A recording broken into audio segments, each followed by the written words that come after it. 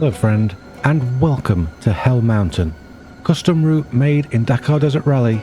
It will take us 700 meters up a mountainside, and this will be the test track to discover which controller or wheel is the fastest in Dakar Desert Rally.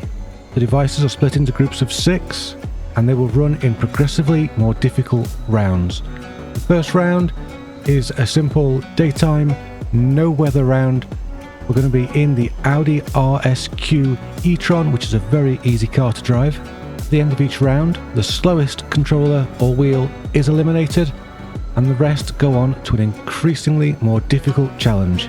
In Group A, we have the Xbox 360 PDP Afterglow, and although I tried to split up manufacturers into different groups, I messed up straight away because we also have the PDP Victrix Pro BFG. The third controller in the group is the Hyperkin X91. There are 3 wheels in Group A. They are the Logitech G923, the Fanatec Speedster 2, and the Thrustmaster T500, which is running the open rim. If you see any controllers you like, I'll have links to them down below in the description. And while you're there, if you're in need of any sim racing gear at all and you want to help support the channel, you can also check out my affiliate links. When I first designed this route, I found that 8 minutes flat was a good time. So let's get straight into it and see which is the fastest controller or wheel in Group A and which is getting eliminated. So here we are at the start line. We're counting down to the start of this race. The first section is a long, curving, undulating acceleration zone. Getting the car up to speed. A lot of accuracy needed here, just ever such slight movements, a little bit too much there from the PDP Afterglow. And then we're going to go into a tight right-hand hairpin, and that is going to start the hill climb proper.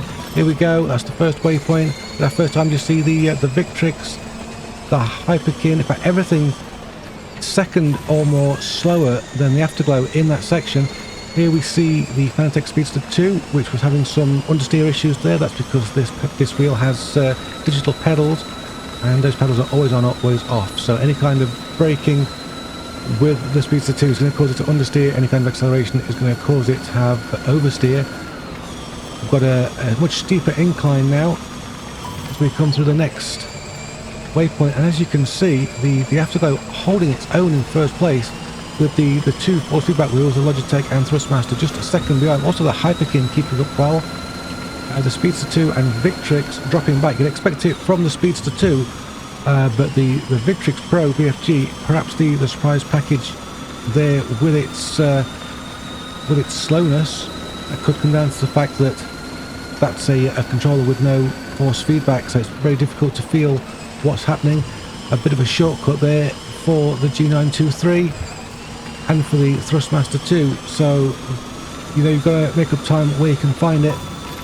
When the first of switchback zones now, there are 2 routes either way, and it all comes down to how the car is positioned as it approaches those zones. And then we're going to go back into a single lane. You can see the Victrix keeping up. The PDP Afterglow actually pulling out a 2-second lead at this point. Whoa, getting really close to that tree there with the X91, looking for every fraction of a second. Meanwhile, the Fanatec Speedster 2 there, absolutely struggling in these tighter corners. The understeer is real, but on these more sweeping sections, it's more able to perform. Very close to the tree again with the Hyperkin, but off the track a little bit. That's going to cost a few tenths here and there. But this section here, pretty much flat out. There's a few little kinks like this one where there's just a little lift needed, no real braking input required, just a little bit of caution. Approaching the bridge, during testing there was an issue here with the change of surface causing the car to spin. Nothing like that this time during the runs, so that's fortunate this time, but look out later in the season, any controller or wheel which isn't quite up to scratch might suffer there, and that's a good way to throw the entire run away. So we're getting speed on this downhill section, and then we're going to go into a hairpin and back uphill again. So you can see the lock I've got on there with the Thrustmaster wheel. Absolutely making it as tight as possible. And okay, so let's look at the times. The Afterglow still that 2-second lead. The Thrustmaster has just hopped ahead of the Logitech just by a second. The Hyperkin hanging on in there. The Speedster 2 and the Victrix both 8 seconds down. So the Speedster Pro, Speedster 2 there taking a bit of a shortcut. You can do that there as long as the car is balanced and as long as it can land properly. It is another place that can go horribly wrong. Look at the Afterglow pulling 3 seconds out now on the Thrustmaster. You would expect the wheels to be the dominant force here, but apparently not. Going into a much denser area here. There's a jump just coming up here, and you've got to aim it just right, otherwise this tree right here is going to claim your front end and end your run. But that's all good. And we've got a few more twisty sections coming here. This is a much tighter section than the previous level we were on. You need to get nice and close to those trees and rocks to maintain speed, but of course too much speed through here and you're going to clip a rock with their front wheel and roll the car. Incidentally, if you want to race this yourself, see what sort of time you get, just search Hell Mountain on the community tab of the Dakar Desert Rally. Give it a go. Let me know in the comments what sort of time you can get and what control method you were using. Back to it now. The Hyperkin has just jumped in front of the Logitech G923, which I was not expecting at all. The Logitech there going a little bit too tight, and that's going to scrub some speed off, which isn't ideal. Now, this is what the Hyperkin's doing at the moment. It's got a very short throw on those sticks, so it's good in the tighter stuff. When it comes to making more delicate manoeuvres, it's not so great. The Victrix Pro BFG here, which has leapfrogged the Fanatec Speedster 2, which has really struggled in the tighter sections with that understeer. Now you can hear the motor on that car not going as fast. The Speedster 2 looking like it's in danger. It is a 21-year-old wheel, so we're not expecting it to be able to keep up. But it's here to represent Fanatec, so represent it is doing. Nice flat section here, keep that speed up, avoid the trees, avoid the rocks. It's a little bit dark, so you need to really have eyes on stalks, but we're back out into the sunlight. And as you can see, there's no catch fence there on the left, so if you get it wrong, that's game over. But not getting it wrong is the Hyperkin X91, which is 5 seconds behind the PDP Afterglow, 2 seconds behind the Thrustmaster. Oh, it's gone wide. It's gone wide. That's a lack of information from the vibration. The wheels are much better for that because you feel the force feedback. Very tight corners, probably one of the tightest corners on the run, leaving the ability to speak.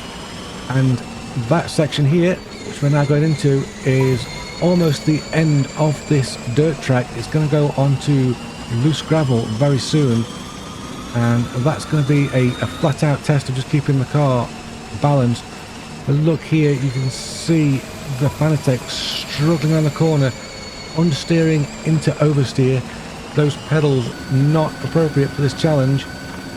It's flat out here, try to avoid any rocks because, well, it can all go wrong in the blink of an eye.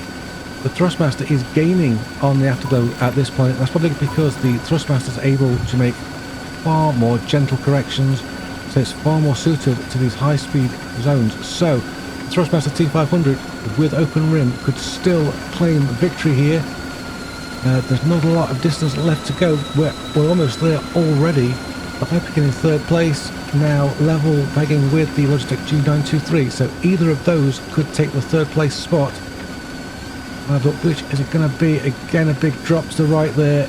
One mistake and it is a good night, sweetheart. We're back to the PDP Afterglow. It's a classic controller, but it's done well on our shows in the past. That finishes first. The Thrustmaster T500 bringing home in second. The Hyperkin just manages to edge out the Logitech, I think, which finishes fourth. The PDP Victrix Pro BFG a little way back. It's not done well, but it'll go through because the Fanatec Speedster 2 is still out there and still running, and well, it's got a way to go yet. Thankfully no heavy braking zones here for it. Just got to get that across the finish line, and here it comes. Yes, it's made it. So incredibly, the old Xbox 360 controller PDP Afterglow absolutely smashes it with a time of 7 minutes and 49 seconds. Much faster than anything I'd achieved in testing, so that did really, really well. Not too far behind, the Thrustmaster T500 with the open rim came home with a 7 minutes 51 seconds, so another very good time, but unfortunately it was just beaten by something even faster. In third place, the Hyperkin X91 was a little controller that could, with a time of 7:55, just 1 second ahead of fourth place Logitech G923.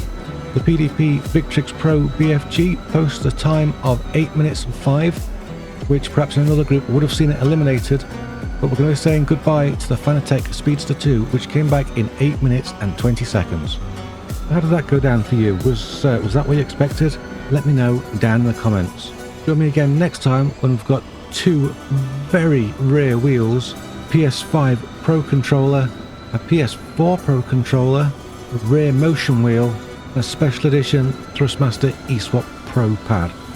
Group B should be absolutely explosive and give us a look at what we might be expecting later on in the series. Hope you join me for that. Like the video, it keeps me motivated. Subscribe to the channel and hit the notification bell so you know when the next run is coming. And until then, bye bye for now.